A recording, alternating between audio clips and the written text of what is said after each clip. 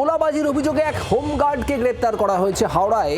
শাহিন মোল্লা ওরফে সানি, তাকে গ্রেপ্তার করা হয়েছে। ওই হোমগার্ডের বিরুদ্ধে তোলাবাজির অভিযুক্ত 4 দিনের পুলিশ হেফাজত হয়েছে এবং হাফ প্যান্ট স্যান্ডো গেঞ্জিতে ঘোরানো হয় অভিযুক্তকে। যে ছবি দেখছেন, কোমরে দড়ি পরিয়ে অভিযুক্তকে ঘোরায় সাকরাইল থানার পুলিশ। গ্রেপ্তার করা হয়েছিল। আর আজ কিন্তু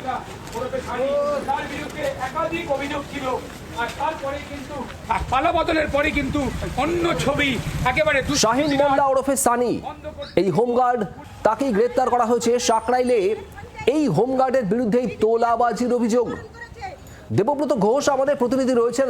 দেবব্রত, ঠিক কি অভিযোগ এই হোমগার্ডের বিরুদ্ধে, এবং যে ছবি আমরা দেখছি সেটাও তো চাঞ্চল্যকর, কোমরে দড়ি বেঁধে নিয়ে যাচ্ছে পুলিশ।